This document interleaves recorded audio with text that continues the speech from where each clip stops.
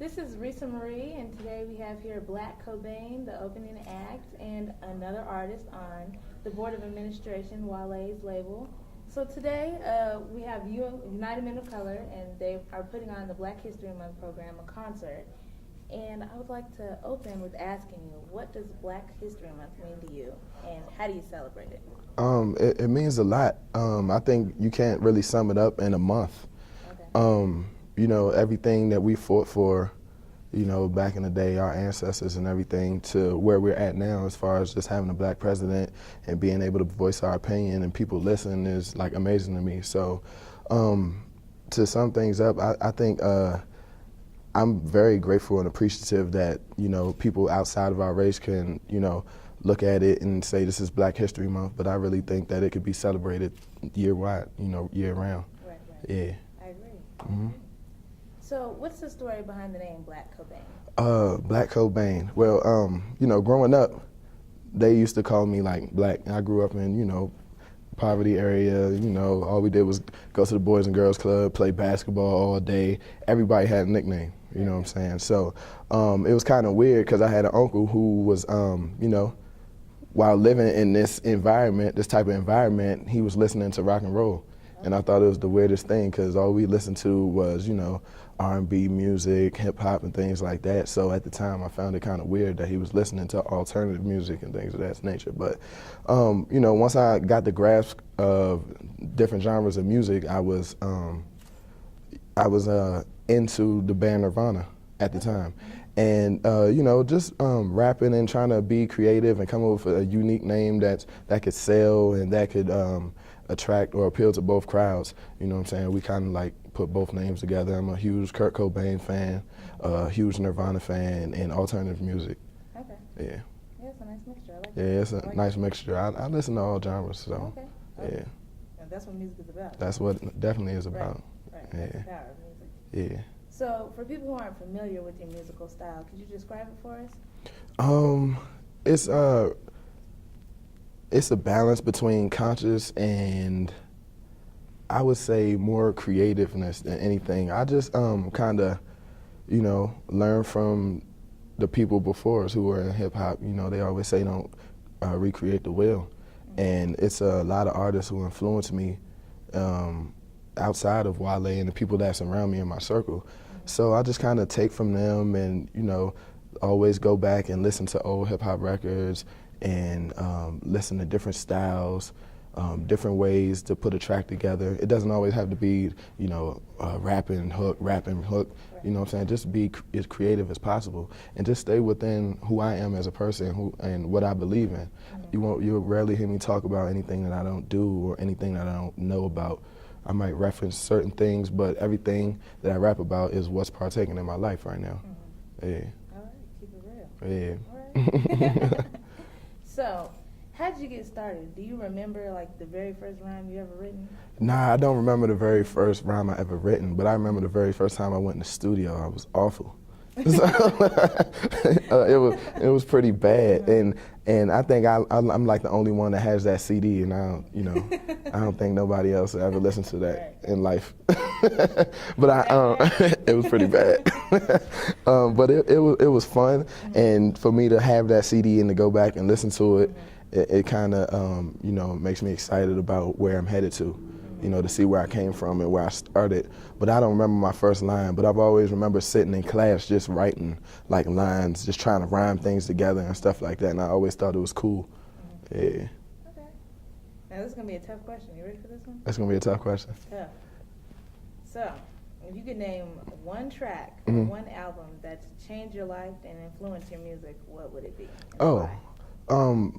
Ready to Die, Notorious Big, Juicy.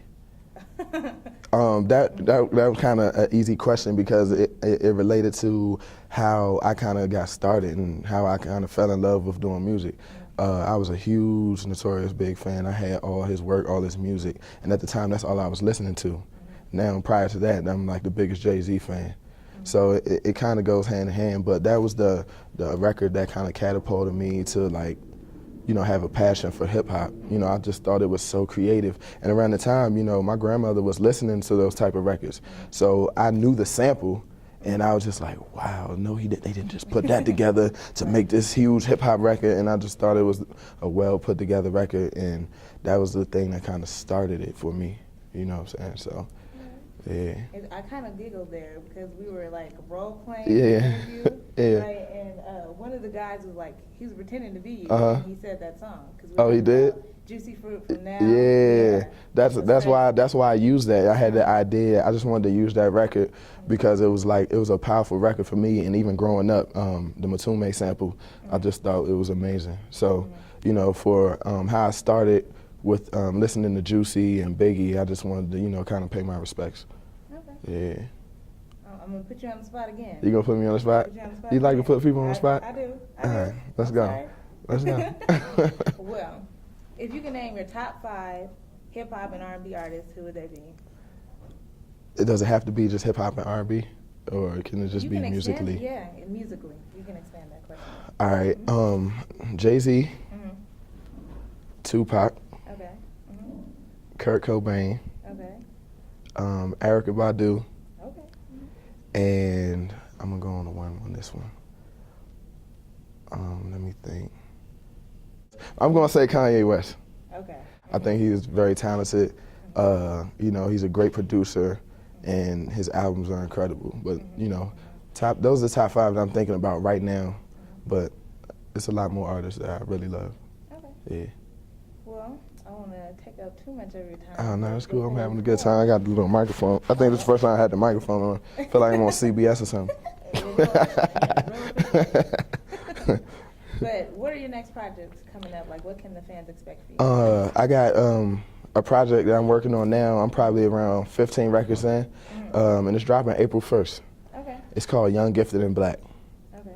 You know, we got the idea when we were making, when I started my mixtapes, I made Now or Never first. Then we made Now, and then I was going to make Forever. You know, kind of like a 3-piece series type thing. But we kind of changed gears, and we called it Young, Gifted, and Black.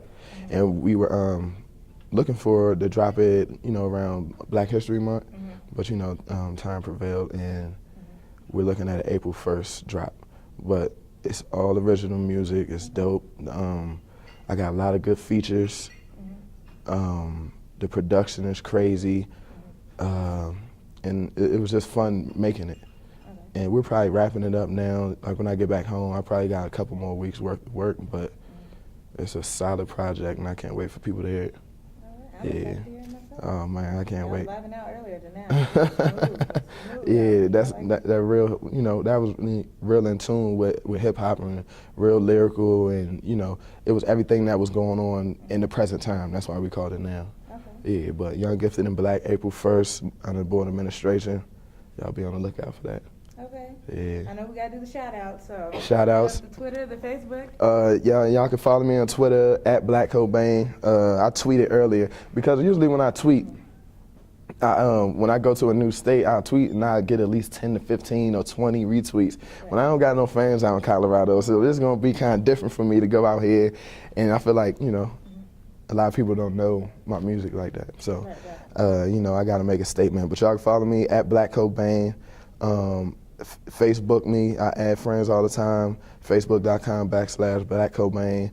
Shout out Board Administration, Young Millionaires, Colorado State, not Colorado University. Gotta make sure you got that right. UMC, just the whole organization, everybody who had their hand in this to get us out here. I'm appreciative. So we're gonna put on a great show for y'all tonight. All right. Well, thank you. Thank y'all. Enjoyed having you here. Make sure you guys follow him. We gotta show him some love. Make sure Colorado shows him some love. Hey man, I gotta get a whole lot of love tonight. All right. We'll see you guys later. Good.